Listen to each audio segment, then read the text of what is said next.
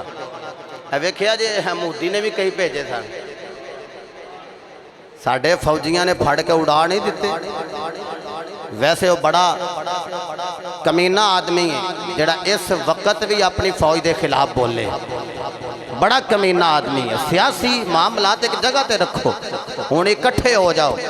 वो नहीं वेखते हो लबैक वालियां मार रहे हैं, PTI वालियां मार रहे हैं, नून लीग वालियां, काफ लीग वालियां, ये तीर वालियां वो मार रहे हैं।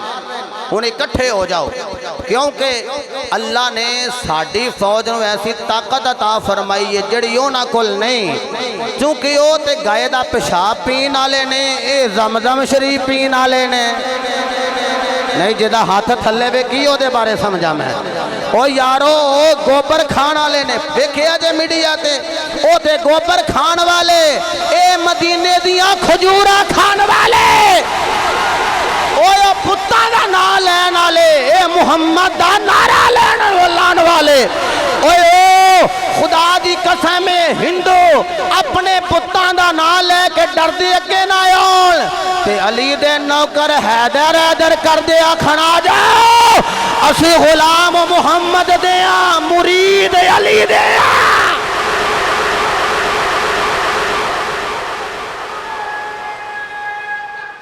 अल्लाह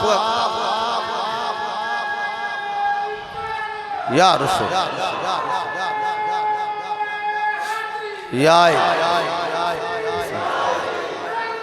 अली नाराए हैदरी। और मैं क्या ए जड़ी फौज है ये तुहानू डर नहीं आउंदा? साडी फौज ने आख्या डरना क्यों है, टुर गए थे शहीद, आ गए थे गाजी ते जिते आ ते सानू जदों मिलिया निशान भी निशाने हैदर मिले हैदर हैदर हैदर हैदर हैदर हैदर हैदर हैदर हैदर हैदर। वाह वाह, सलामत रहो। लो जी, असी अपनी फौज नूं अकीदतां दा खिराज पेश करने आ।